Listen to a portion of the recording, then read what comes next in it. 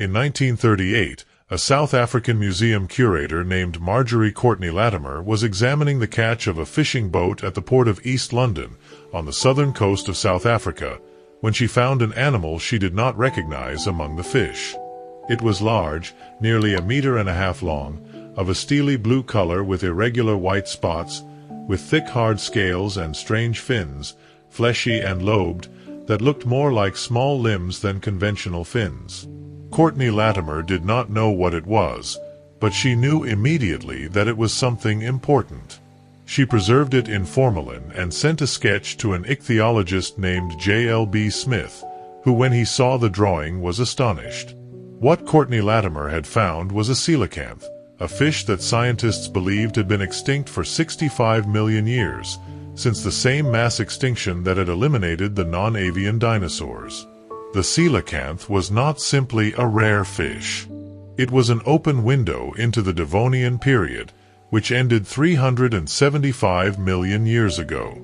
Coelacanth had appeared in the fossil record more than 400 million years ago, had survived 5 mass extinctions, had seen the dinosaurs appear and disappear, and had arrived in the 20th century virtually unchanged.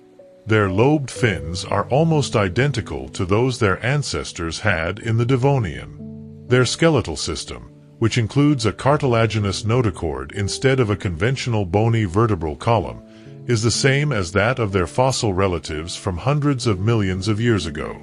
The coelacanth is what biologists call a living fossil, an organism that has persisted for an extraordinarily long time without experiencing significant morphological changes. Tonight we are going to explore the world of living fossils.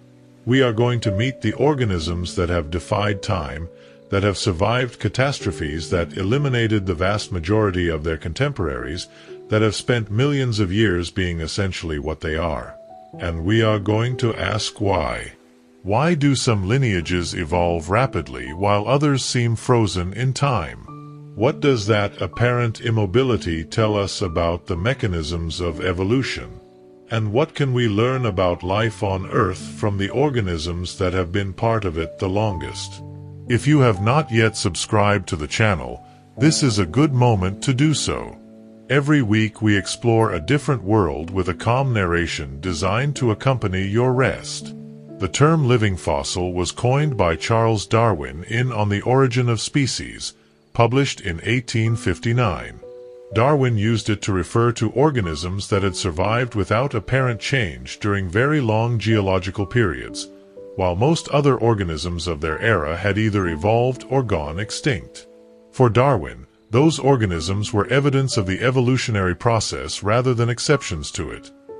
They demonstrated that evolution did not operate at a constant rate in all lineages, but that some lineages could remain relatively stable for long periods while others changed rapidly.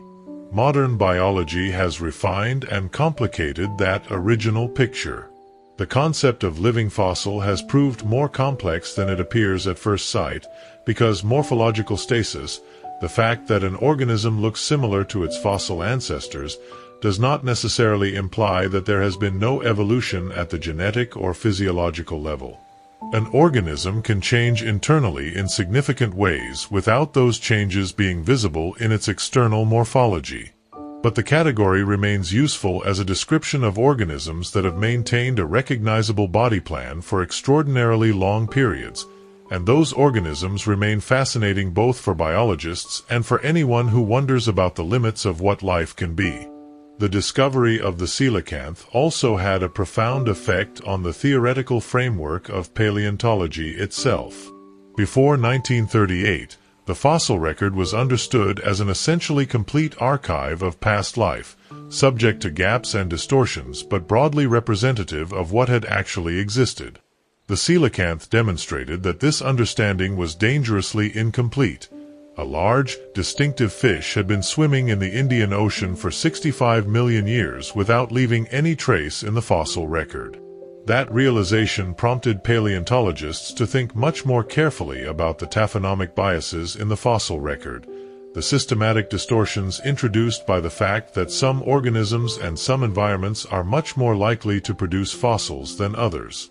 Deep water organisms, organisms with soft bodies, Organisms that lived in acidic environments that dissolve bone and shell are all systematically underrepresented in the fossil record. The coelacanth was a reminder that what we cannot see in the record does not mean it did not exist. The evolutionary stasis of living fossils also raises important questions about the mechanism of speciation, the process by which one species splits into two or more distinct species. In most animals, speciation occurs when populations become geographically isolated and evolve independently until they are no longer capable of interbreeding. The genetic studies of coelacanth and Nautilus populations suggest that speciation in those animals may require much longer periods of geographic isolation than in most other vertebrates or mollusks, because the slow rate of genetic change means that populations can remain genetically compatible for much longer periods of isolation than would be the case in faster evolving organisms. That slow rate of speciation, combined with the low dispersal capability of some living fossil species, could make them particularly vulnerable to habitat fragmentation.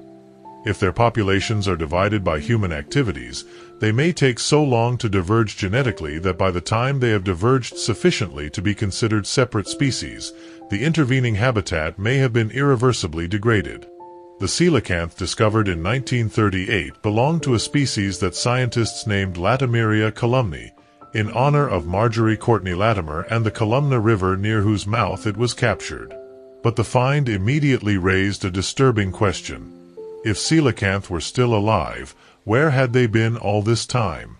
The fossil record of coelacanth ended abruptly 65 million years ago, at the Cretaceous-Paleogene boundary that marked the extinction of the dinosaurs.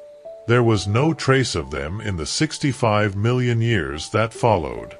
And suddenly they appeared alive off the coasts of South Africa. The answer, which took decades to be fully understood, is that coelacanth lived in deep water, at depths of between 150 and 700 meters, where fishing nets rarely reached and where sediments on the seafloor rarely preserve high-quality fossils. Their absence from the fossil record after the Cretaceous extinction did not mean they had gone extinct, but that they had descended to habitats where it was very unlikely that their remains would be fossilized. That lesson is important for paleontology in general. The absence of fossils is not evidence of extinction, but simply evidence that organisms were not being preserved. The discovery of the coelacanth triggered one of the most extraordinary scientific searches of the 20th century. Smith, the ichthyologist who identified the animal from Courtney Latimer's sketch, spent the next 14 years trying to find a second specimen that could be studied fresh. He offered a reward of £100 to any fisherman who brought him a whole coelacanth. He distributed drawn posters of the animal in ports across the western Indian Ocean coastline. And in 1952, finally, his search succeeded. A fisherman from the Comoros Islands, in the Mozambique Channel, captured a second specimen. Smith flew there, and when he saw the animal he wept with emotion, something that witnesses remembered for decades. The physiology of the coelacanth has several characteristics that make it unique among modern fish and that reflect its ancient position in the tree of life. Its circulatory system is unusually primitive. Its heart has a tubular shape rather than the chambered form that characterizes more modern bony fish. Its kidney is also of an archaic structure, different from that of any other modern fish. And its brain occupies only a small fraction of the cranial cavity, with the rest filled with fat, a characteristic not seen in any other modern vertebrate. Those archaic characteristics convert the modern coelacanth into a kind of living model for studying the evolution of those systems in vertebrates, allowing researchers to infer how the organs of animals that existed before terrestrial vertebrates had evolved would have functioned. Modern coelacanth are nocturnal animals that spend the day resting in submarine caves at great depths, where darkness is complete and the water temperature remains constant between 14 and 22 degrees Celsius. At night, they emerge from their caves to hunt fish, squid, and octopuses, using an electrosensory detection system in their snout called the rostral organ that allows them to detect the electric fields generated by their prey. That electrosensory system is another archaic characteristic they share with their fossil ancestors, and that does not exist in modern bony fish. In 1998, a second find shook the world of marine biology. The discovery of a second species of coelacanth, Latimeria menadoensis, in the waters of Indonesia, more than 10,000 kilometers from the western Indian Ocean where the first species had been found. That discovery demonstrated that coelacanth were not confined to a small refuge off the southeastern coast of Africa, but had a much wider distribution in the tropical Indo-Pacific Oceans. The ecological niche of the coelacanth in the deep reef environments where it lives has been studied through a combination of stomach content analysis, underwater video observations, and acoustic tagging that tracks individual animals over extended periods. Those studies show that the coelacanth is a selective predator that targets relatively large prey, choosing squid, cutlass fish, and other substantial animals rather than the small crustaceans and plankton that many deep-water fish consume. That dietary selectivity, combined with the coelacanth's low metabolic rate, means that an individual animal requires relatively few hunting successes per week to meet its energy needs. A coelacanth may go for days or even weeks between successful hunts, spending the intervening time resting motionless in its cave, conserving energy in a way that would be metabolically impossible for a warmer and more active fish. The place of living fossils in the broader story of evolutionary biology is a topic that has undergone significant revision over the last few decades. The early view, associated with the modern synthesis of evolutionary biology that emerged in the 1930s and 1940s, was that evolution was a gradual and continuous process that operated at a relatively constant rate. Living fossils, under that view, were anomalies to be explained, exceptions to the general rule of gradual evolutionary change. The punctuated equilibrium theory proposed by Niles Eldredge and Stephen Jay Gould in 1972 offered a different framework in which periods of rapid evolutionary change were separated by long periods of stasis, making living fossils not anomalies but extreme examples of one of the two modes of evolution that the theory predicted. Under punctuated equilibrium, the coelacanth is not an exception to how evolution works but a particularly dramatic example of how it commonly works for many lineages during the periods of stability between punctuational events. The Nautilus is another of the great living fossils of the ocean, and in many ways is even more extraordinary than the coelacanth, because its lineage is older. The first cephalopods with shells, the ancestors of the modern Nautilus, appeared in the fossil record approximately 500 million years ago, in the late Cambrian. During the Paleozoic, those cephalopods with straight or coiled shells were one of the most successful and diverse groups in the ocean, with thousands of species that dominated the seas of the entire world.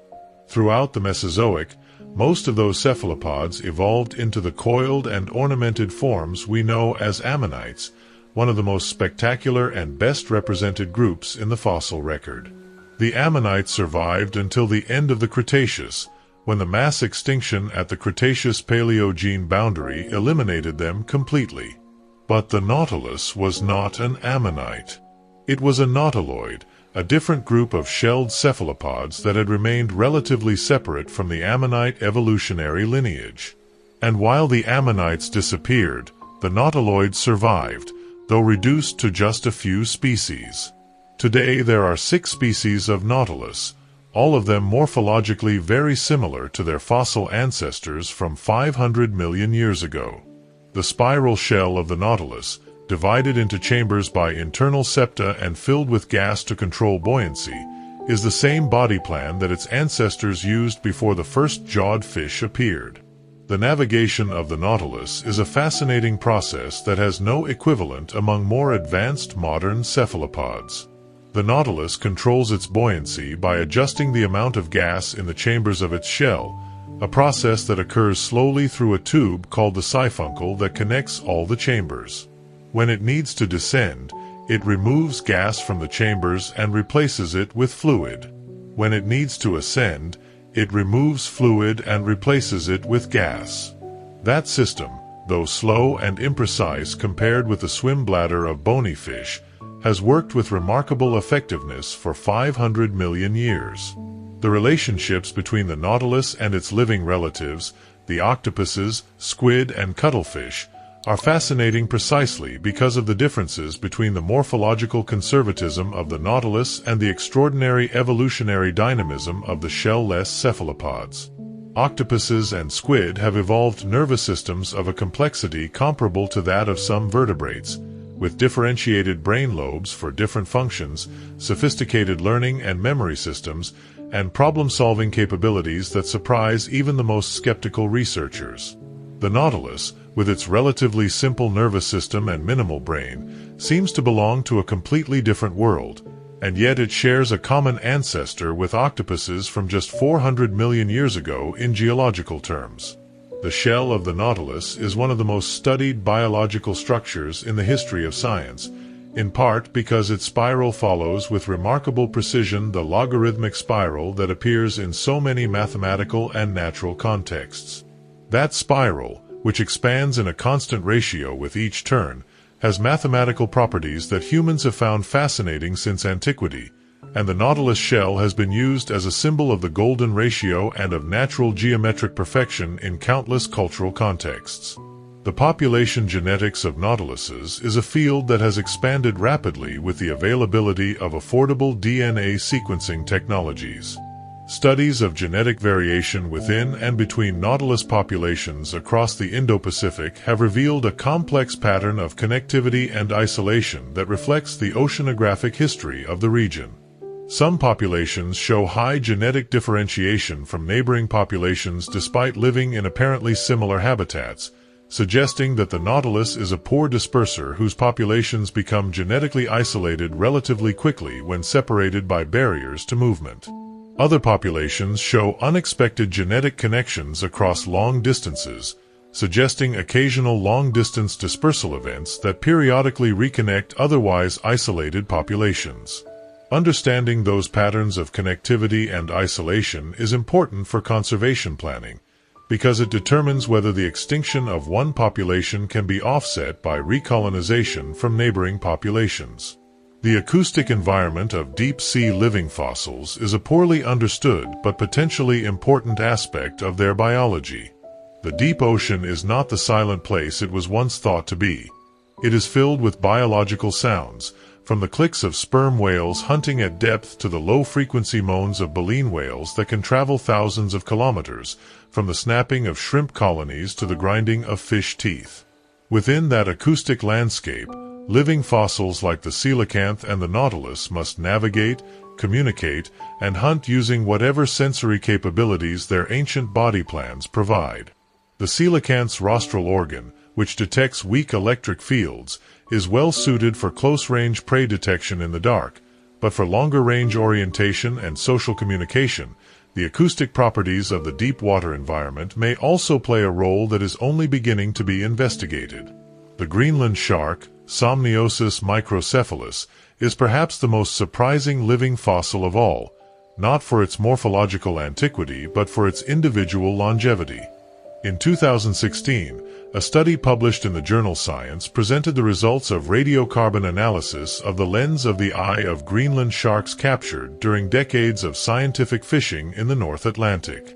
The lens of the eye of vertebrates forms during embryonic development and is not renewed throughout the animal's life, which means that the isotopes incorporated into it reflect the environmental conditions at the time of birth.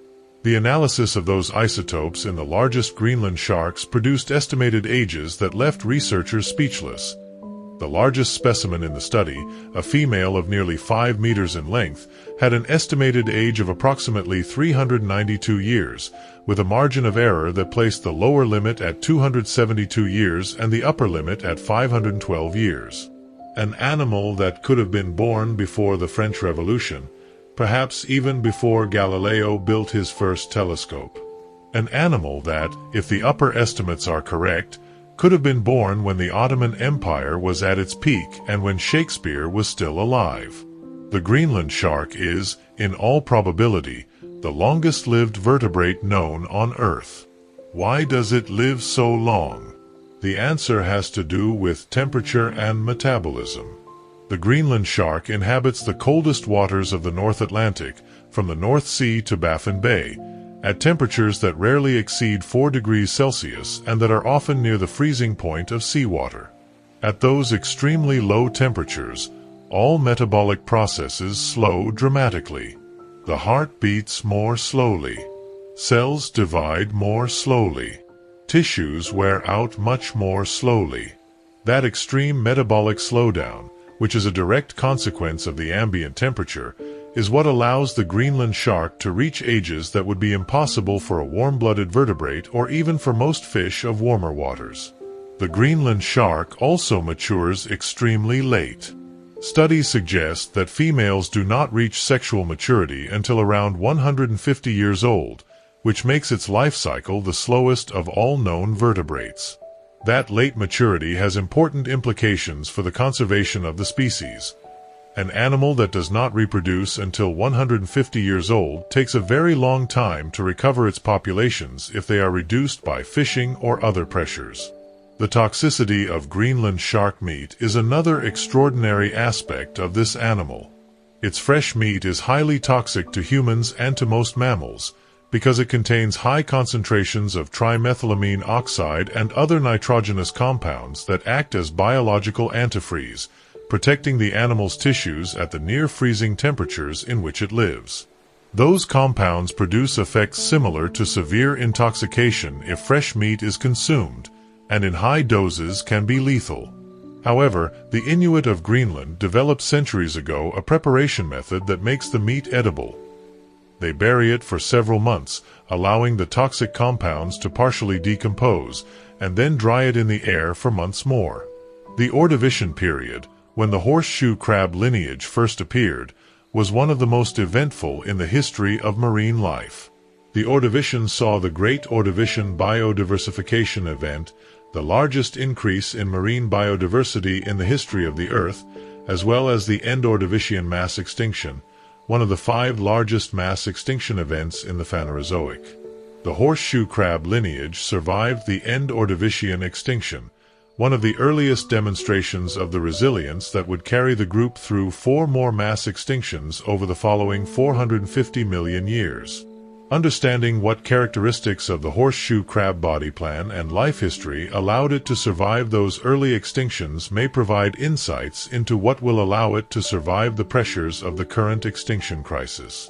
The role of body size in determining the evolutionary fate of organisms during mass extinction events is relevant to understanding why some living fossil lineages survived while others did not. Large-bodied organisms are generally more vulnerable to extinction during environmental crises because they have lower population densities, longer generation times, and higher energy requirements that make them more sensitive to disruptions of the food supply. The coelacanth, the Nautilus, and the horseshoe crab are all medium-sized organisms, not the smallest animals in their ecosystems but far from the largest. That intermediate body size may have helped them survive by giving them sufficiently large population sizes to weather genetic bottlenecks while also keeping their energy requirements low enough to survive periods of reduced productivity in the ocean. The horseshoe crab, though not actually a crab but a chelicerate more closely related to spiders and scorpions, is one of the best-known living fossils and one of the most important for human medicine. Horseshoe crabs appeared in the fossil record approximately 450 million years ago, in the Ordovician period. They have survived all known mass extinctions, including the Great Permian extinction that eliminated 96% of marine species. The 4 species that exist today, 3 in East Asia and 1 on the Atlantic coast of North America, are morphologically almost identical to their Devonian fossil ancestors. Their horseshoe-shaped body, with its long spine-like telson and 10 articulated legs under the cephalothorax, is the same body plan they had 300 million years ago. Horseshoe crabs are best known to the general public for their blue blood. The blood of horseshoe crabs does not contain hemoglobin, as that of vertebrates does, but hemocyanin, a protein that contains copper instead of iron and that gives the blood its characteristic blue color. But what makes horseshoe crab blood truly extraordinary is its immune system. It contains cells called amoebocytes that produce a substance called limulus amoebocyte lysate, or LAL, which coagulates instantly in the presence of gram-negative bacteria and their endotoxins. That property makes it the best-known reagent for detecting bacterial contamination in pharmaceutical products and medical equipment. Since the 1960s, the pharmaceutical industry has used LAL to test the safety of vaccines, antibiotics, dialysis equipment, needles, catheters, and virtually any product that has contact with the human bloodstream. Before the development of LAL tests, the only way to test the bacterial safety of those products was to inject them into rabbits and observe whether they developed fever, a slow, expensive process that required the sacrifice of large numbers of animals. LAL almost completely replaced that process, being faster, more sensitive, and more humane. The laying of horseshoe crab eggs on the beaches of the North American Atlantic is one of the most extraordinary natural spectacles of that coast. Each spring, during the highest tide nights closest to the full and new moons of May and June, millions of horseshoe crabs emerge from the ocean and crawl onto sandy beaches to lay their eggs just below the surface. A single female can deposit up to 80,000 eggs in one night, and the males, who arrive first at the beach and wait in the shallow water, fertilize the eggs externally when the females deposit them. The result is that each year, for a few weeks, the beaches of Delaware Bay and other coastal areas are covered with millions of pale green horseshoe crab eggs, a food source that sustains dozens of species of migratory birds on their way north. The studies of the horseshoe crab immune system have revealed defense mechanisms against bacterial infections that are surprisingly effective and that have inspired research into new approaches for treating infections in human beings. The coagulation system that produces LAL is only one part of a broader immune system that includes amoebocyte cells capable of encapsulating invading bacteria and fungi, antimicrobial peptides that directly destroy the membranes of pathogenic microorganisms, and a pathogen recognition system that is in some respects more precise than the innate immune system of vertebrates. The deep-sea glass sponges of the class Hexactinellida are among the least studied living fossils, partly because they live at depths that are difficult to access and partly because their biology is unusual enough to make them challenging subjects for conventional marine biological methods. Glass sponges build their skeletons from fused silica spicules that form intricate three-dimensional lattices of extraordinary geometric regularity. Those lattices have optical properties that are similar to fiber optics, allowing the sponges to transmit light through their skeletal structure in ways that may serve communication or symbiotic functions that researchers are still working to understand. The glass sponge body plan has remained essentially unchanged since the Cambrian, making glass sponges the oldest known animal body plan still represented by living organisms. The presence of living fossils in the contemporary imagination has been amplified by the growing public interest in natural history documentaries, deep-sea exploration footage, and the availability of high-quality underwater photography through the Internet. Images of a coelacanth photographed in its natural environment, or of a nautilus spiraling upward through dark water with its tentacles trailing behind it, or of a Greenland shark gliding slowly through Arctic water with its ancient scarred body, have become iconic in a way that scientific papers and museum specimens never could. That visual accessibility of living fossils has helped to build a constituency for their conservation that extends well beyond the scientific community, creating a public investment in the survival of these creatures that can be mobilized in support of protective legislation and conservation funding. The concept of living fossil, while intuitively comprehensible, hides a biological complexity that scientists have spent decades trying to understand. The central question is, why do some lineages evolve very rapidly while others seem almost to stop?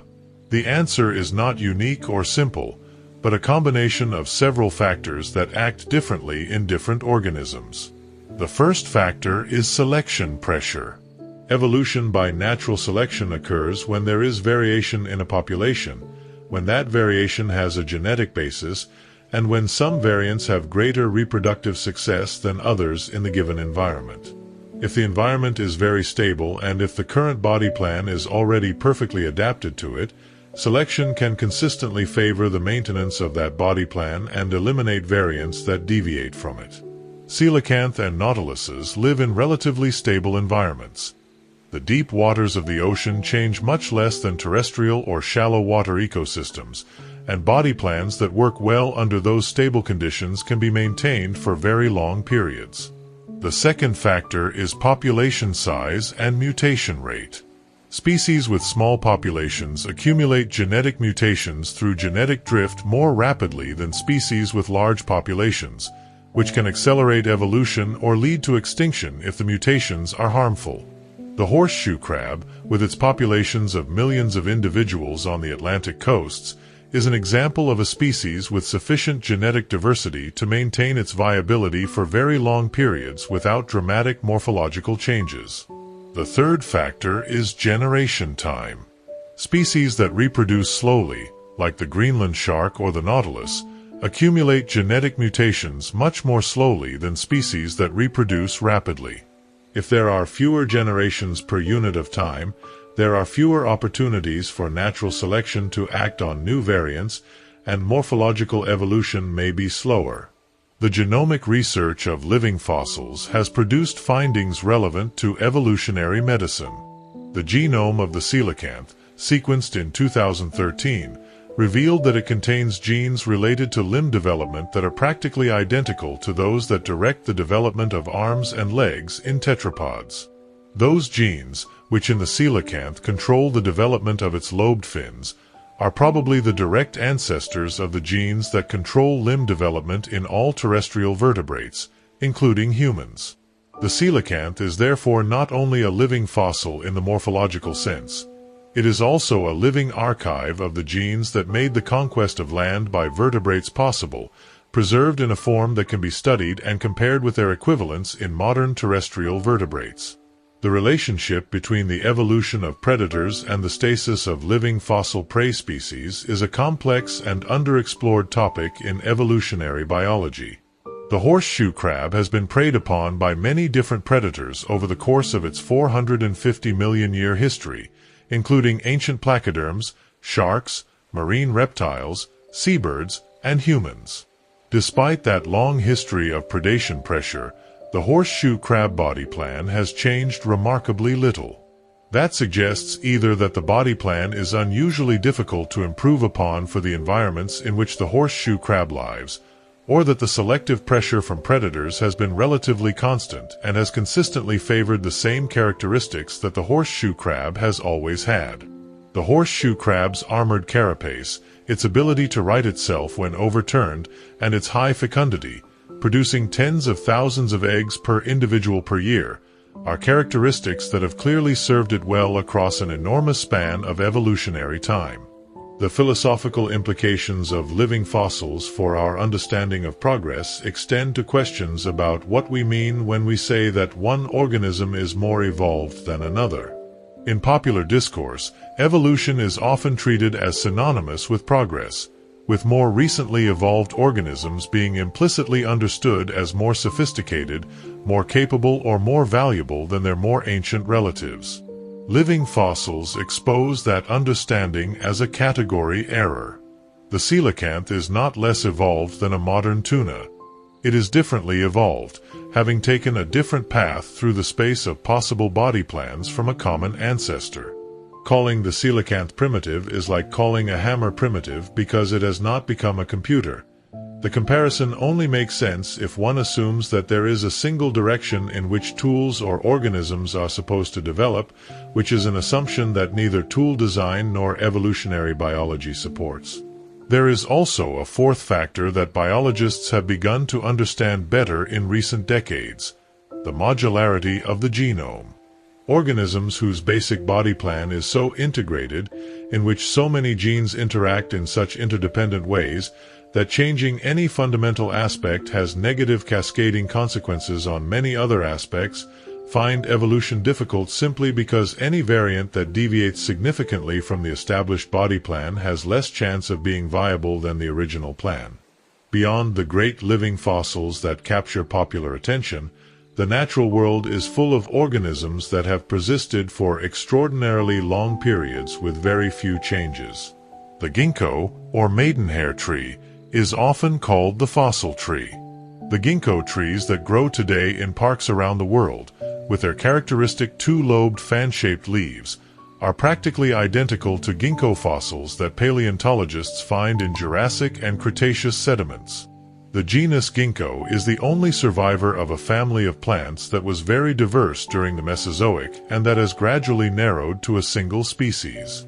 The wild ginkgo was so close to complete extinction in historical times that it probably only survived thanks to cultivation in the gardens of Buddhist temples in China, where it was venerated as a sacred tree. Without that human intervention, one of the trees with the longest history on Earth could have disappeared before Western scientists had the opportunity to describe it. The sturgeon is another extraordinary living fossil. Modern sturgeons, which include the beluga, the producer of the world's most prized caviar, are morphologically very similar to their Cretaceous ancestors from about 80 million years ago. They have bony plates called scuts instead of scales, an elongated snout with sensory barbels to detect food on the river or sea bottom, and a protractile inferior mouth that they can extend downward to suck invertebrates from the substrate. Those characteristics are essentially the same as those of their Cretaceous ancestors. The lamprey, those primitive jawless eels that suck the blood of the fish to which they attach with their suction cup mouth, represent a lineage that has persisted for at least 360 million years. Devonian lamprey fossils are practically identical to current lampreys, making this group one of the vertebrates with the longest known history of morphological stasis. Lampreys are living witnesses to a period when jawed fish did not yet exist, or were barely a novelty in the tree of life. The evolutionary history of living fossils also raises interesting questions about the nature of biological time. For human beings, time is a linear experience. But for a Greenland shark that can live 500 years, or for a horseshoe crab whose lineage has persisted for 450 million years virtually unchanged, the experience of time, if anything like it exists, must be radically different. A Greenland shark born before the French Revolution has lived through everything we consider modernity: the Industrial Revolution, 2 world wars, the space race, the rise of the Internet.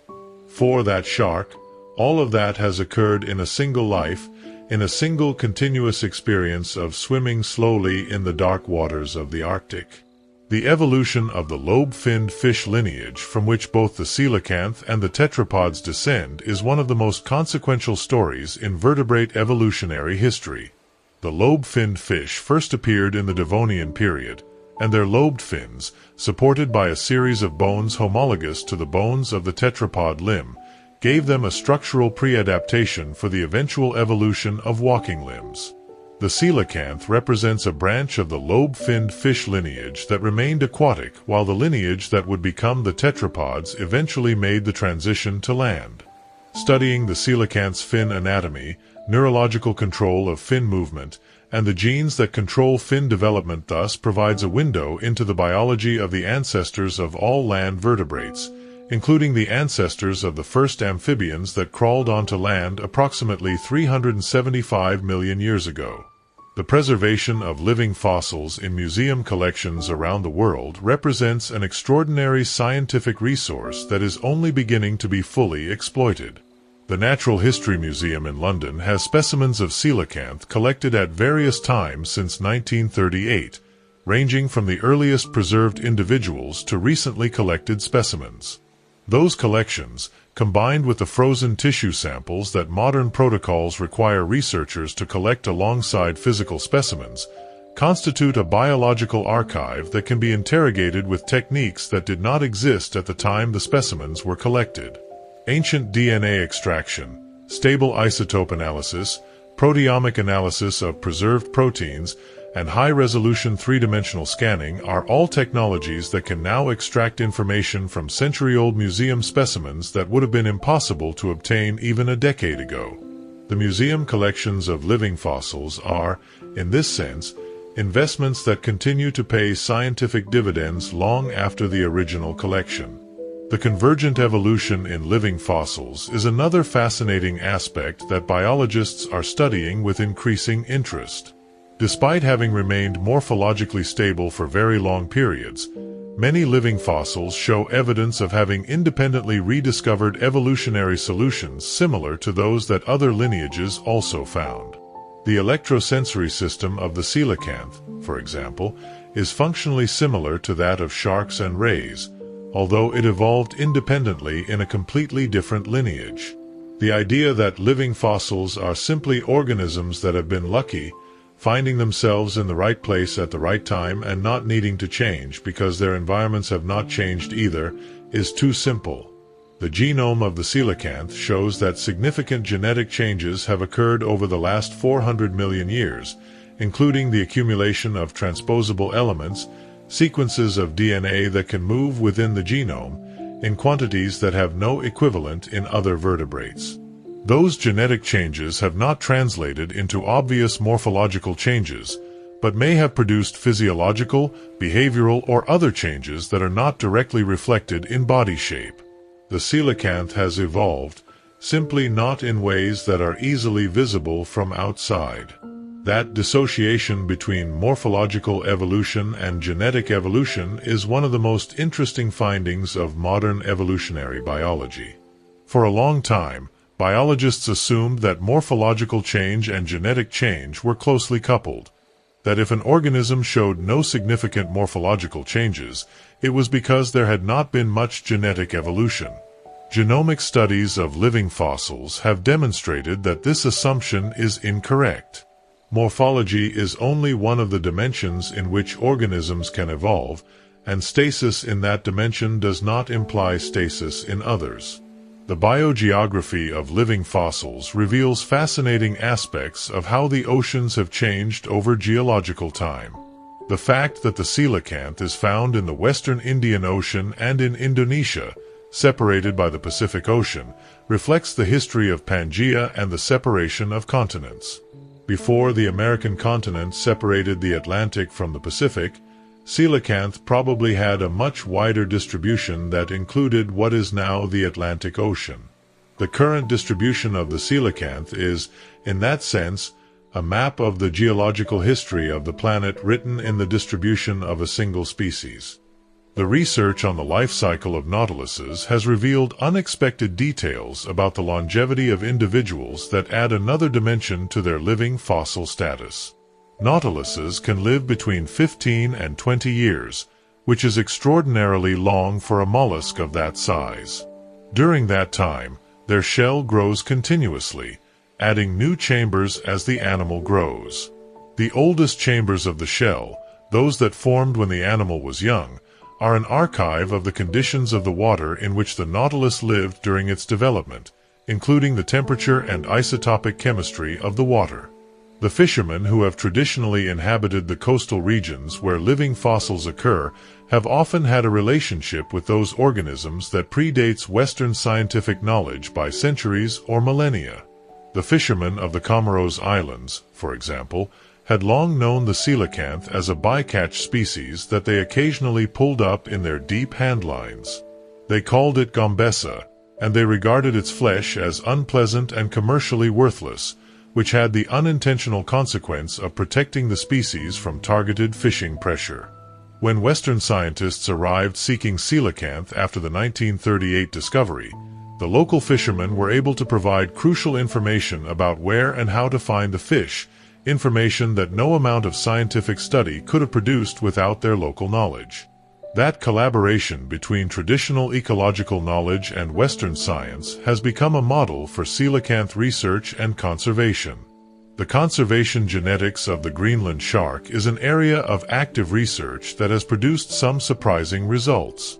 Despite the enormous geographic range of the species, which spans the entire North Atlantic and has been found in deep water in the Pacific and Indian Oceans, the genetic diversity of the Greenland shark is relatively low, suggesting that the global population may have passed through one or more severe bottlenecks in the relatively recent past. One hypothesis is that the expansion of Arctic ice during the last glacial maximum, which would have dramatically reduced the available habitat for the Greenland shark in the shallow waters of the continental shelves where it is most commonly found, may have compressed the population into a smaller refuge area and produced a bottleneck that left a detectable signature in the current genetic diversity of the species.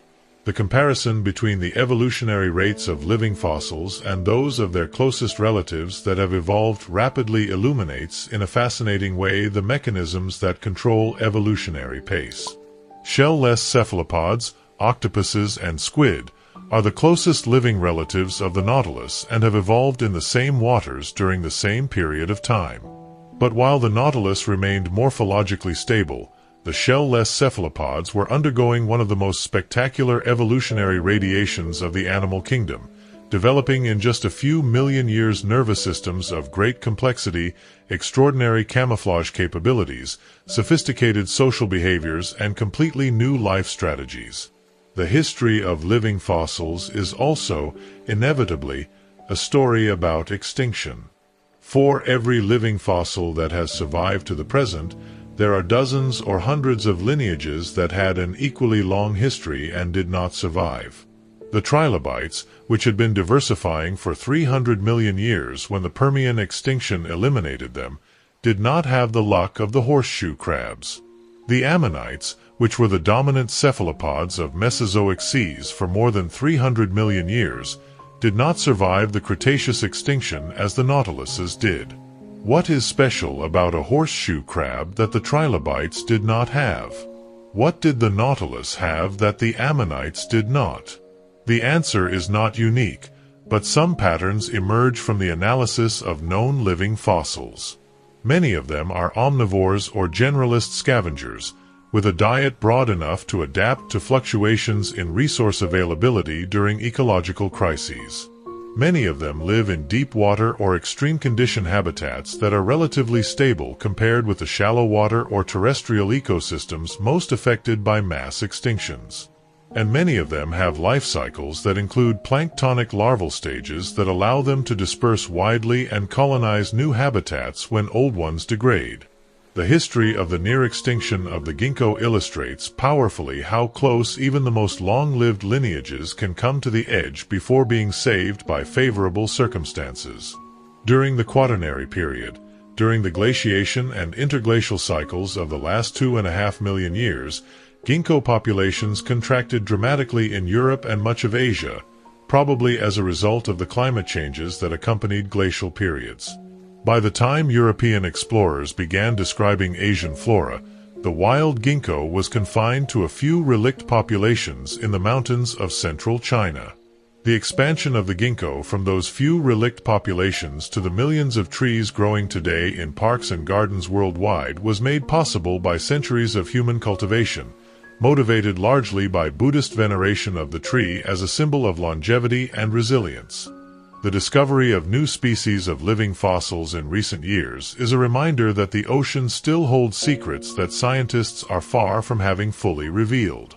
In 2020, researchers studying the deep waters off the coast of Tanzania found a species of coelacanth that had remained unknown to science until that moment, further expanding the known distribution range of the genus Latimeria.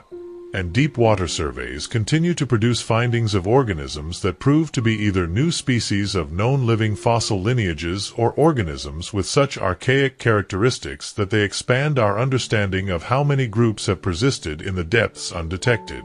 The phosphatized preservation of horseshoe crab fossils has allowed paleontologists to study the soft anatomy of ancient horseshoe crabs in a level of detail that is very rarely possible for any fossil organism.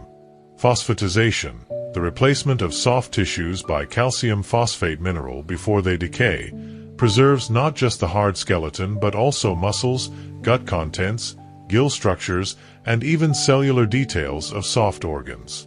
Phosphatized horseshoe crab fossils from the Jurassic period show that the soft anatomy of those ancient animals was strikingly similar to that of modern horseshoe crabs, confirming that the morphological stasis visible in the hard parts extends to the soft anatomy as well. That combination of external and internal morphological conservation over 150 million years is one of the most complete demonstrations of evolutionary stasis in the fossil record. The living fossil concept has also been applied, with appropriate caveats, to some plant lineages in addition to animal groups. Besides the ginkgo, the cycads are perhaps the best-known example of living fossil plants. Cycads, which resemble palms but are actually more closely related to conifers, have a fossil record extending back to the Permian period, more than 250 million years ago, and the living species are morphologically very similar to their Triassic and Jurassic ancestors. Like the animal living fossils, cycads have survived multiple mass extinction events, probably because they could tolerate a wide range of environmental conditions and because their seeds, which are large and rich in nutrients, could remain viable for extended periods.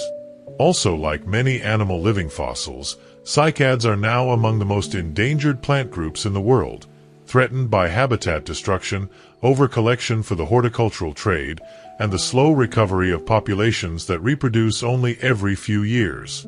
The populations of living fossils that have survived to the present are, in many cases, the result of genetic bottlenecks produced by past mass extinctions. The modern coelacanth, for example, probably descends from a very small population that survived the Cretaceous extinction 65 million years ago, and the genetic diversity of the current species reflects that bottleneck. That low genetic diversity may make current populations more vulnerable to disease and environmental changes than populations with greater genetic diversity. The conservation of living fossils raises specific challenges that conservation biologists did not face with more conventional organisms. The main challenge is invisibility. Coelacanth, nautiluses, and Greenland sharks live in environments that humans cannot easily access, which makes monitoring their populations extremely difficult and costly. Estimates of population size are based on accidental captures, submarine observations with remotely operated vehicles, and statistical models with large uncertainty margins. We do not know with certainty how many coelacanth exist in the world, and estimates have varied enormously between different studies. The future of living fossils on a rapidly warming planet is a genuine concern for marine biologists. The coelacanth, which lives in water at very specific temperatures between 14 and 22 degrees Celsius, is particularly vulnerable to warming of the deep waters being documented in the Indian Ocean. Climate projections suggest that temperatures at the depths where the coelacanth lives could increase by 1 or 2 degrees Celsius during this century, which could exceed the thermal range the animal can tolerate.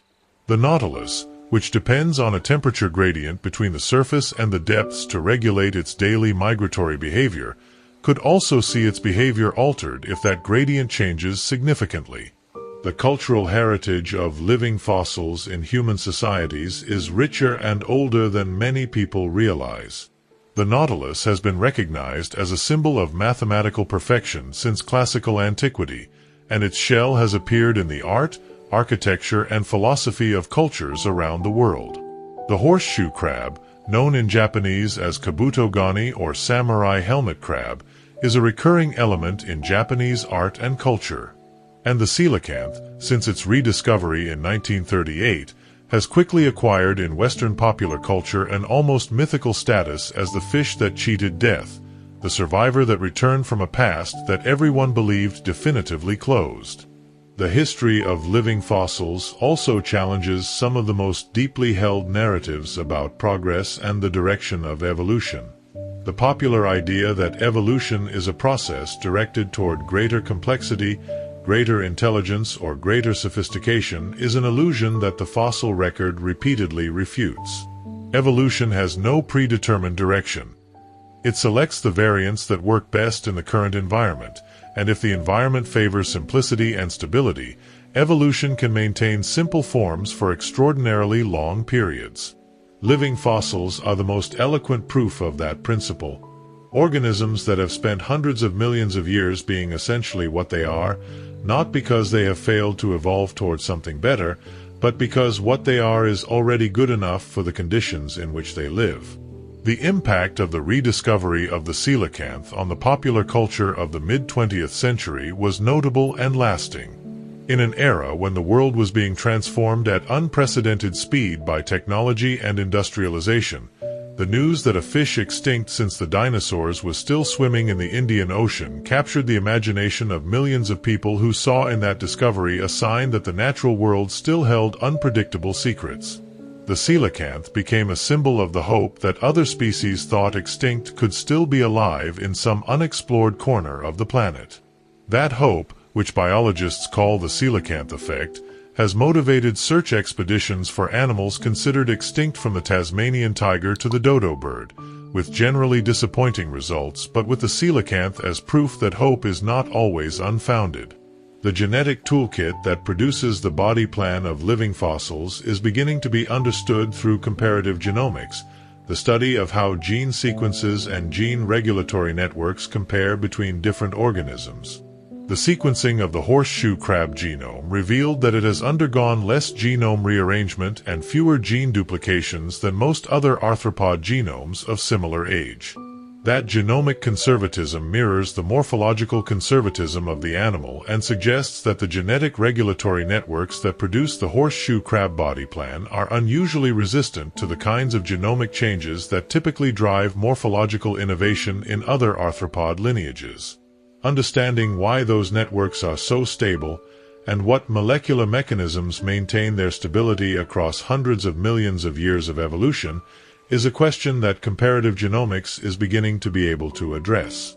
The future of living fossil research is being shaped by a convergence of technologies that would have seemed like science fiction to the biologists who first studied these organisms. Environmental DNA, or EDNA, techniques allow researchers to detect the presence of living fossils in a body of water simply by analyzing the DNA shed into the water by all organisms that have recently passed through it. Those techniques are already being used to survey for coelacanth in waters where they have been reported but never confirmed, and for nautiluses in parts of their range where populations are thought to have declined but where direct observation is difficult. Combined with autonomous underwater vehicles that can conduct surveys at depths and in locations inaccessible to human divers, EDNA techniques are opening up entirely new ways of monitoring the distribution and abundance of living fossils that could transform our understanding of where these ancient creatures actually live. The technologies of submarine observation that have allowed living fossils to be studied in their natural environment over the last 50 years represent a methodological revolution comparable to the development of the microscope for cell biology. Remotely operated vehicles, research submarines, and deep-sea cameras with their own lights have transformed the zoology of marine living fossils from a discipline based on the study of captured and preserved specimens into a discipline capable of observing animal behavior in their natural environment. Those observations have revealed aspects of the behavior of the coelacanth, the Nautilus, and other deep-water species that would never have been possible to infer from preserved specimens. The observation of a living coelacanth in its natural environment, which has only been possible thanks to submersible vehicles of recent decades, produces in the researchers who experience it a reaction that many describe as an encounter with something outside of time. The animal moves with a slowness and a calm that has no equivalent among modern fish, its lobed fins oscillating gently, its large unreflective eyes capturing the bioluminescence of the environment. There is no urgency in that movement, none of the nervous alertness that characterizes fish of shallower waters. The coelacanth moves as if it has all the time in the world, which in a certain sense is true. Its lineage has been in the ocean for 400 million years, and that time is reflected somehow in the serenity of its movement. The network of scientists who study living fossils forms a small but passionate international community, united by a shared wonder at the capacity of life to persist through time. The research expeditions to the coelacanth habitat, the nocturnal surveys of nautiluses on Indo-Pacific reefs, the Arctic research cruises to study the Greenland shark, all of those projects require a combination of technical skill, physical endurance, and tolerance for uncertainty that is no different from what motivated the great naturalists of the past. And the discoveries they produce, though rarely occupying headlines in the same way as major finds in physics or molecular biology, are equally fundamental to our understanding of life and time on Earth. The biomimetics applications of living fossils are another dimension of their value that is rarely discussed in scientific contexts, but that is beginning to be appreciated in engineering and technology. The shell of the Nautilus, with its structure of pressurized chambers that maintain structural integrity under variable hydrostatic pressures, has inspired the design of composite materials for aerospace and submarine applications. The scales of the coelacanth, with their structure of layers of dentine and collagen oriented at specific angles that provide flexibility and resistance simultaneously, have inspired the design of new generations of lightweight flexible armor. And the electrosensory system of the horseshoe crab has served as a model for the design of high-precision electrochemical sensors. The study of living fossils will never be finished. Every answer opens new questions. Every discovery reveals new gaps in our knowledge. The ocean is still more vast and more mysterious than any catalog of scientific discoveries can capture. There will always be more. And that inexhaustibility of the natural world, which living fossils represent so concretely, is one of the most comforting things that marine biology can offer to anyone willing to contemplate it. Tonight, while you contemplate the silence of your room before falling asleep, there are living fossils that have spent millions of years in the darkness of the oceans. The role of living fossils in inspiring philosophical reflection about time, permanence, and change extends well beyond the scientific community. Writers, poets, and artists have been drawn to coelacanth, nautiluses, and horseshoe crabs as symbols of persistence in a world of constant change, of the deep past made present, of the capacity of life to maintain form and function through catastrophes that would seem from a human perspective to be utterly overwhelming. That artistic and philosophical engagement with living fossils is not separate from their scientific significance, but rather a different way of expressing the same awe that scientists feel when they contemplate an organism that has been essentially unchanged for hundreds of millions of years. The living fossil sits at the intersection of science and wonder, and the best accounts of its significance manage to honor both. The living fossils remind us, in the end, of something fundamental about the nature of life that is easy to forget in the acceleration of the modern world. Life does not always move fast. Life does not always change. Life is not always striving toward greater complexity, greater efficiency, greater novelty. Sometimes life finds a solution that works, and it stays with that solution for hundreds of millions of years, through extinctions and ice ages and the rise and fall of entire ecosystems, because that solution is good enough and the environment asks no more of it. That patience of life, that willingness to be what it is for as long as the world allows, is not a failure of imagination or a limitation of capacity. It is a form of wisdom, earned through 400 million years of success, that we would do well to contemplate before we sleep. 500 meters down in the Indian Ocean, a coelacanth floats motionless at the entrance of a submarine cave, its lobed fins moving gently to maintain its position in the current. Outside the cave, the darkness is absolute. No ray of sunlight reaches that depth, and the only light is the occasional bioluminescence of the creatures that pass. The coelacanth has been like this, in caves like that one, since before the dinosaurs existed, since before the first mammals appeared on Earth, since before the first trees covered the continents. It has seen more forms of life appear and disappear than we can imagine, and it is still there, patient and ancient, hunting in the darkness of the ocean floor. On the coasts of the Philippines, a nautilus traces slow ascending spirals from the depths toward the surface, following a gradient of temperature and pressure that its primitive but effective senses allow it to detect. Its shell, polished to brilliance by seawater, reflects the faint light that reaches those 100 meters of depth. Inside that shell, the gas chambers that control its buoyancy maintain the same pressure as always, following the same principles that its ancestors used when fish had not yet learned to breathe air. The Nautilus does not know it is a living fossil. It only knows it is hungry and that the surface, with its greater concentration of prey, awaits it. In the icy waters of the Greenland Sea, at 3 degrees below the freezing point of pure water, a Greenland shark advances slowly through the polar darkness. It was born perhaps when Bach was composing his fugues, or when Newton was formulating his laws, or when the first Europeans were colonizing North America. It is not in a hurry.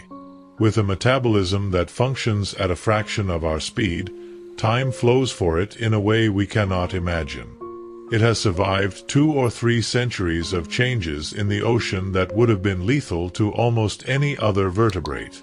And it will continue swimming, slowly, for centuries more, if human beings allow it. There is something in the story of living fossils that is profoundly comforting to contemplate before sleeping. Life on Earth is not fragile. It is tenacious in a way that defies any catastrophe. The organisms that have survived for hundreds of millions of years are testimonies to that tenacity, reminders that life has faced incomparably greater challenges than those it faces today and has moved forward, transformed but essentially continuous. Extinction exists, yes. But so does persistence. So does the coelacanth, navigating in its dark cave, indifferent to the passage of the millions of years that separate it from its ancestors. The science of living fossils continues to advance at a pace that would have seemed impossible just a generation ago. Genomic sequencing techniques that today allow reading the complete genome of a coelacanth in a matter of days would have required decades and hundreds of millions of euros with the technology of the 1990s. Autonomous underwater vehicles that can conduct deep water surveys without human crew are multiplying the amount of data available about the habitats of living fossils. And the artificial intelligence that can analyze those images and data at a speed that no human team could match is accelerating discoveries. The next 20 years of living fossil research will probably produce more knowledge than the previous 100. The ancient ones of the ocean are still there tonight, in their dark caves and their icy waters and their deep reefs, doing what they have always done. They do not need us to understand them in order to continue existing. But we enrich ourselves enormously by doing so. And in that enrichment lies a responsibility, to treat the world that made them with the same care that they themselves have embodied, the care of organisms that have survived by knowing their place in the ocean, by not demanding more than the environment provides, by being exactly and only what they are. Sleep well, with the image of that coelacanth motionless in its cave, waiting for night to come out and hunt, as its kind have done for 400 million years, through every catastrophe the Earth has managed to throw at life. The ongoing legal and regulatory frameworks for the protection of living fossils vary considerably across different countries and different species, reflecting the patchwork character of international conservation law and the difficulty of coordinating protection measures across the multiple jurisdictions in which these wide-ranging marine species occur. The coelacanth is protected under CITES, the International Treaty on Trade in Endangered Species, and is listed as a vulnerable species on the IUCN Red List. The Nautilus was listed under CITES Appendix 2 in 2016, which requires documentation for international trade in Nautilus shells. And various national regulations protect horseshoe crabs in different parts of their range, though the effectiveness of those protections varies considerably. The Greenland shark has no specific international protection, despite its extraordinary longevity and its slow reproduction, because its deep water habitat and its wide Arctic distribution make population monitoring and enforcement extremely difficult. The swimming mechanics of the coelacanth have fascinated biomechanical engineers since the first underwater footage of the animal was obtained.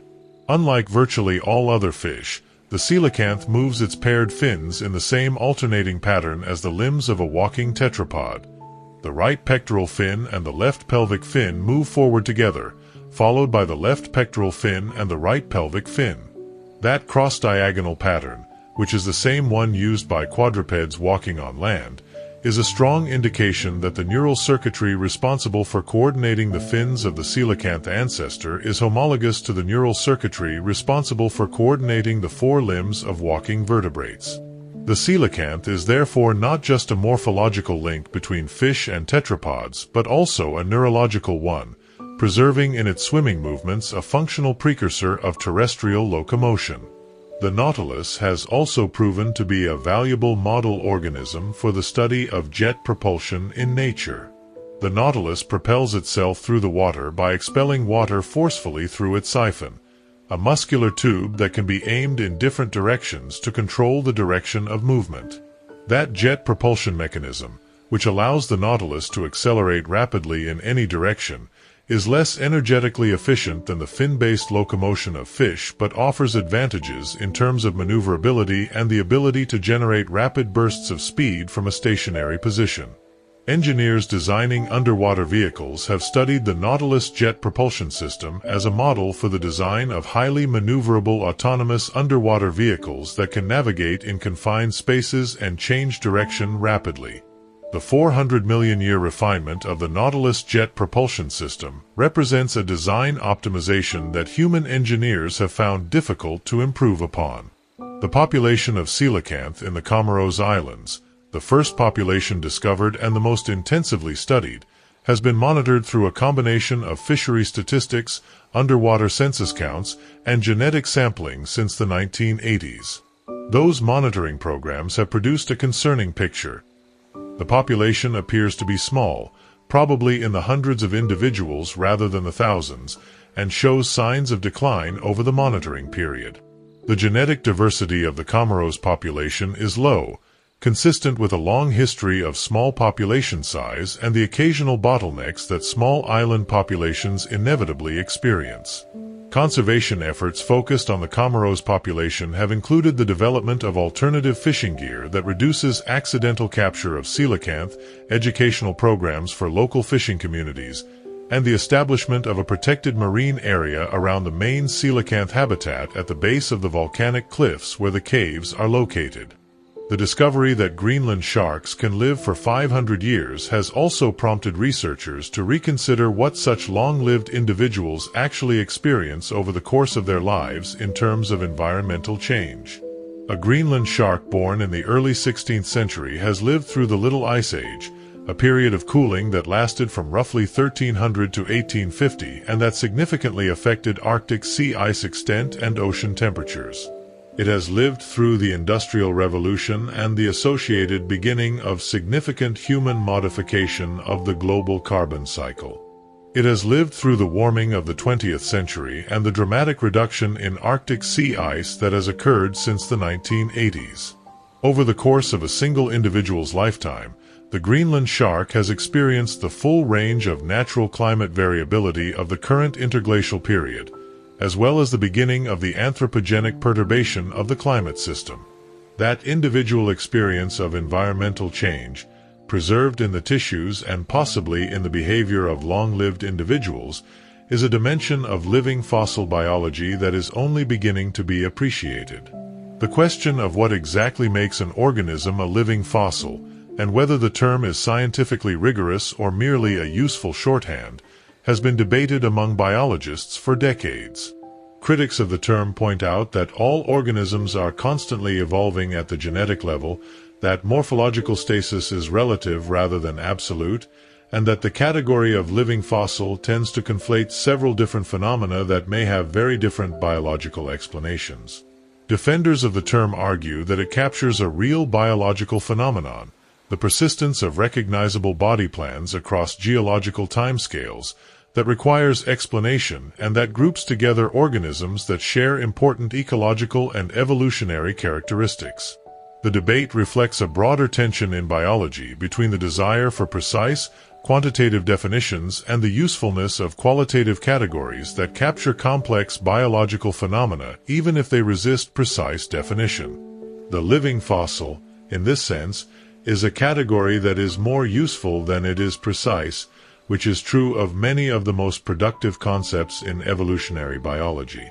The ecology of deep reef environments where coelacanth live is itself poorly understood, partly because those environments are difficult and expensive to access, and partly because the fauna of those depths is still incompletely described.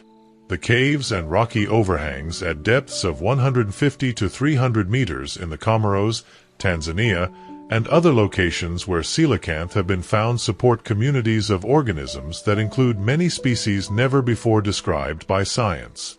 Each descent of a research submarine or remotely operated vehicle into those depths produces encounters with organisms that require new species descriptions, adding to the growing picture of biodiversity in a zone of the ocean that was largely unknown to science before the development of modern submersible technology.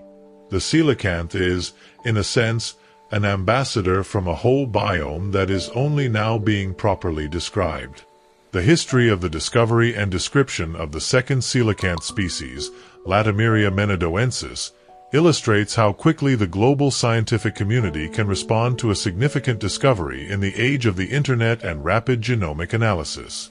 The first specimen of the Indonesian coelacanth was seen alive by an American couple who were recreational divers visiting a fish market in Manado, Indonesia, in 1997. Recognizing it as a coelacanth from photographs they had seen, they alerted the international coelacanth research community, which mobilized quickly to obtain additional specimens for study.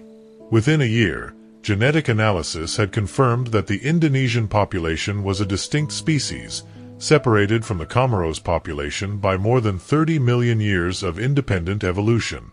That rapid transition from initial sighting to formal scientific description, compressed into just a few years by modern communication and analytical technologies, stands in stark contrast to the 14-year search that preceded the discovery of the second Comoros specimen after the initial 1938 find. The thermal biology of the Greenland shark raises fascinating questions about the limits of vertebrate life in cold environments. The shark's tissues must function at temperatures near the freezing point of seawater, conditions that would rapidly paralyze or kill the tissues of most other vertebrates.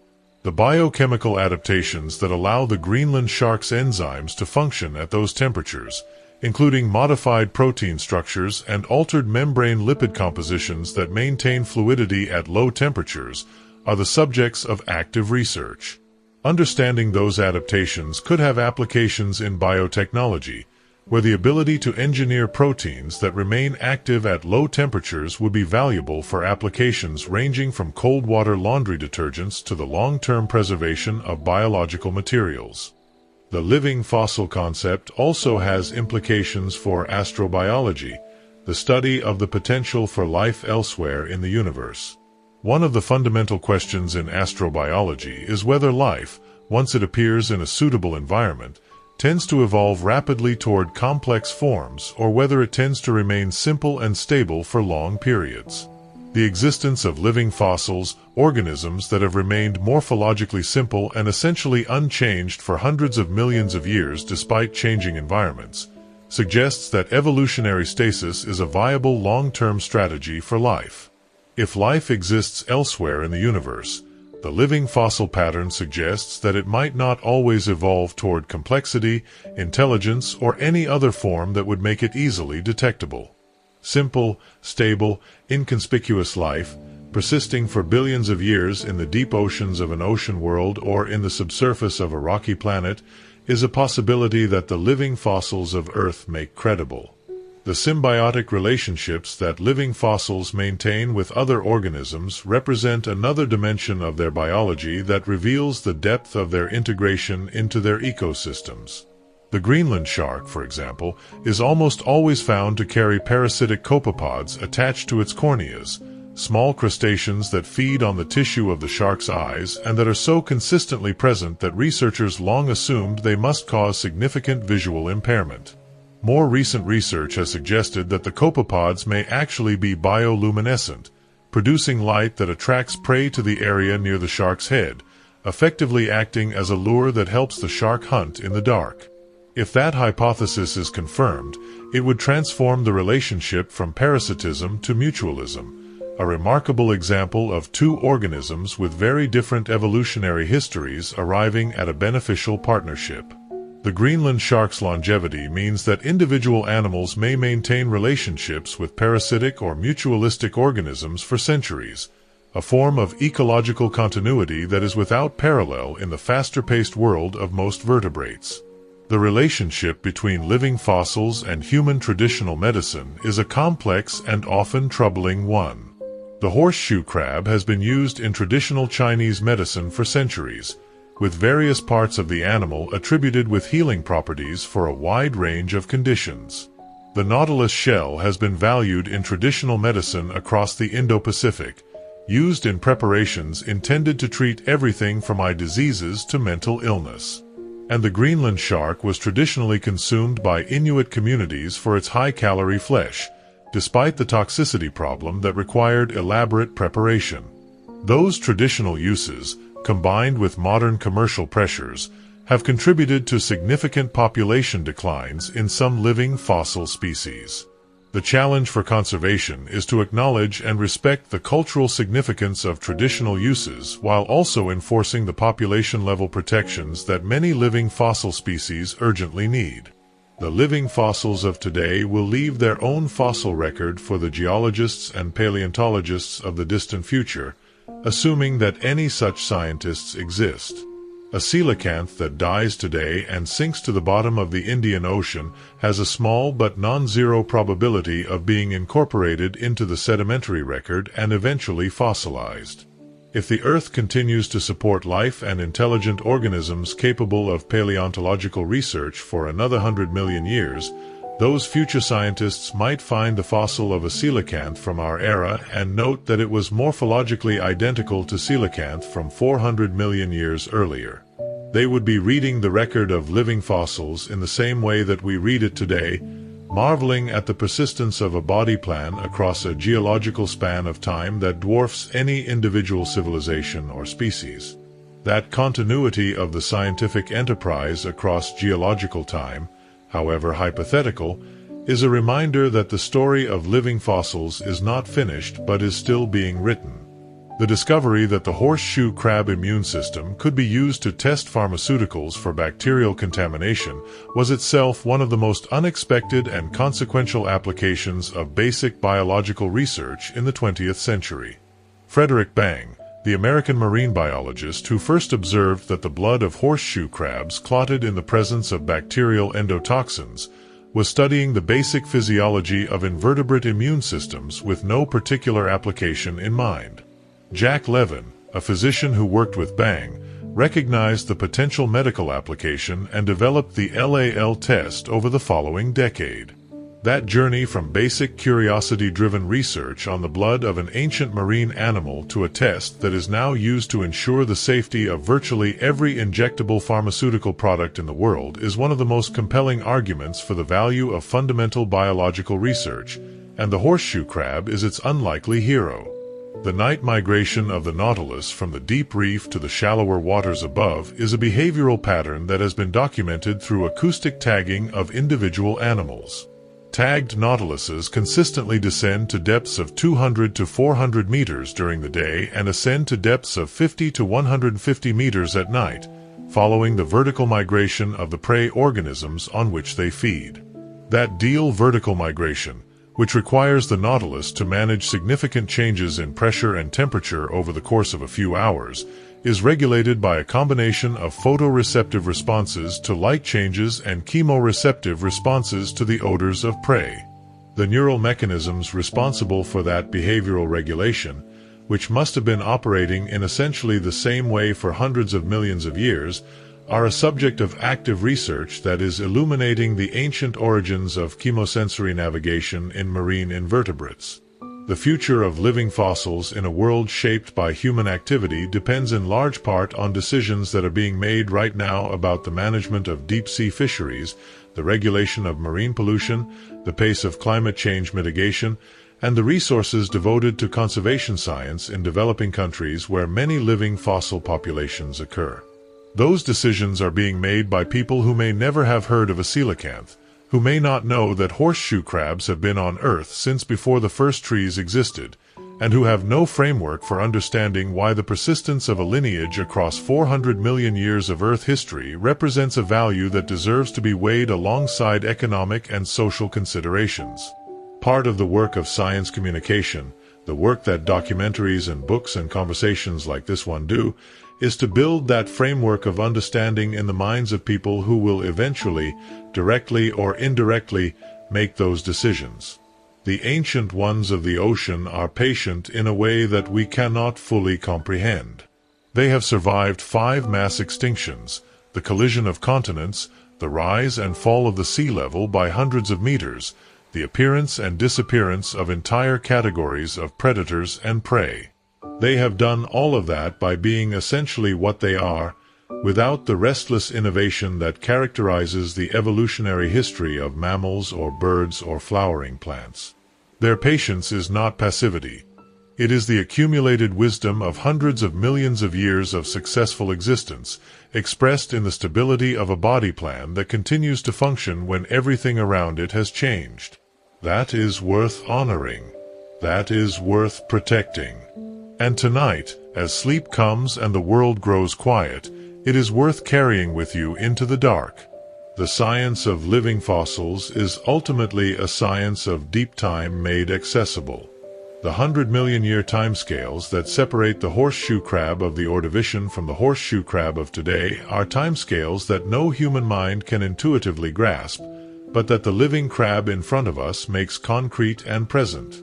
When you see a horseshoe crab, you are seeing 450 million years of continuous biological success.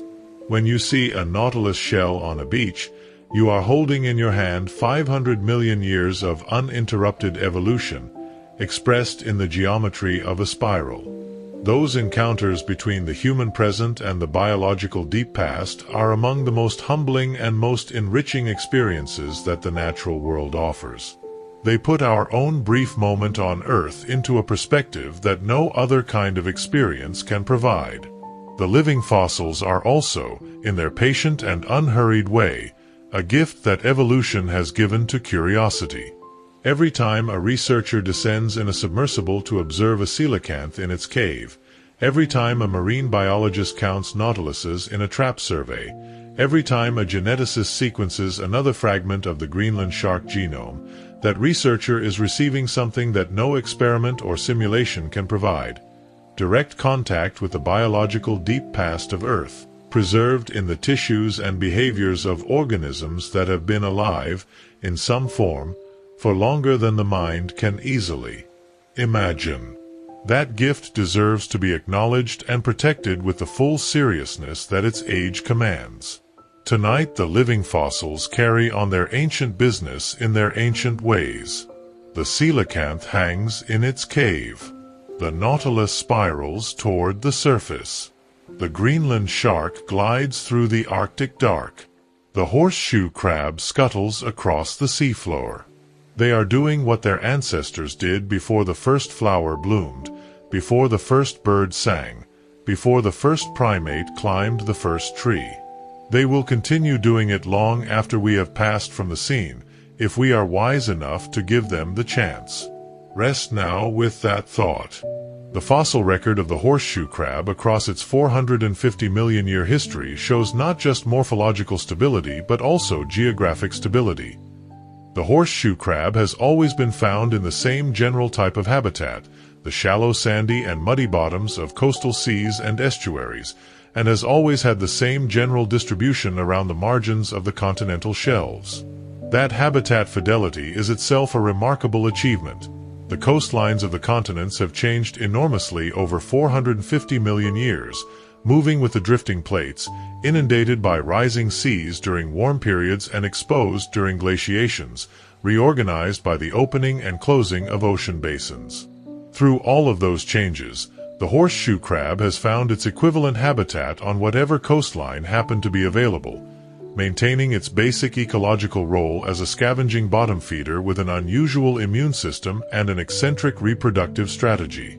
That combination of morphological stability and ecological flexibility may be the key to the long-term success of living fossil lineages.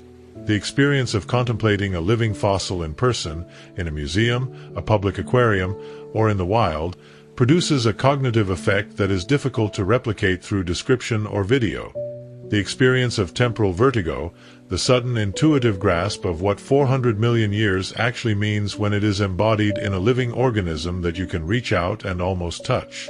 That feeling, which combines awe and humility and a kind of vertiginous wonder, is one of the most valuable things that natural history has to offer, and it is one that no amount of scientific knowledge can fully replace.